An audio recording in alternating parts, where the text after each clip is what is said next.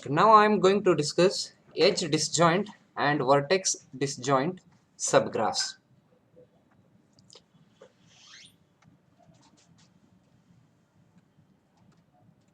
Well, now we say two subgraphs as edge disjoint subgraphs if they do not have any edge in common. Say in this graph in G, there are these what edges E1, E2, E3, then E4 is there, E5, E6, E7. Okay. Now whether this G1 is subgraph of G, let us see. V1 is there, V2 is there, yes.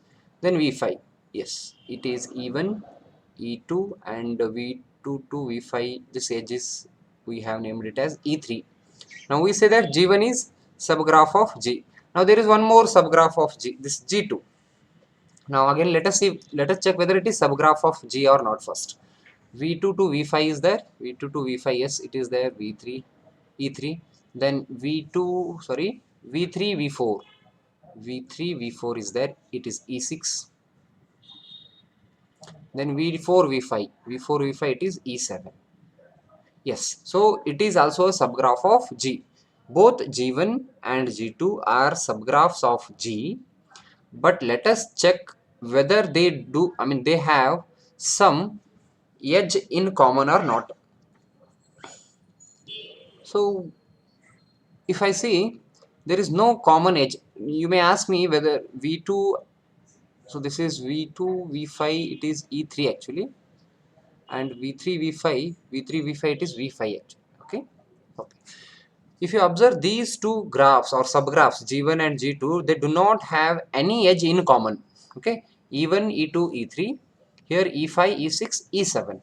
So they do not have any edge in common. So we say these two subgraphs as edge disjoint subgraphs of G. Okay. Now similarly, vertex disjoint subgraphs.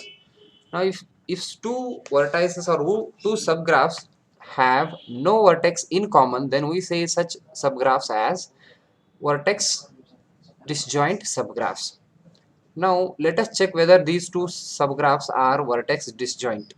No, because they do have V5 as the common. So vertex V5 is common in both the subgraphs. So we say these two subgraphs as not disjoint, I mean not vertex disjoint subgraphs.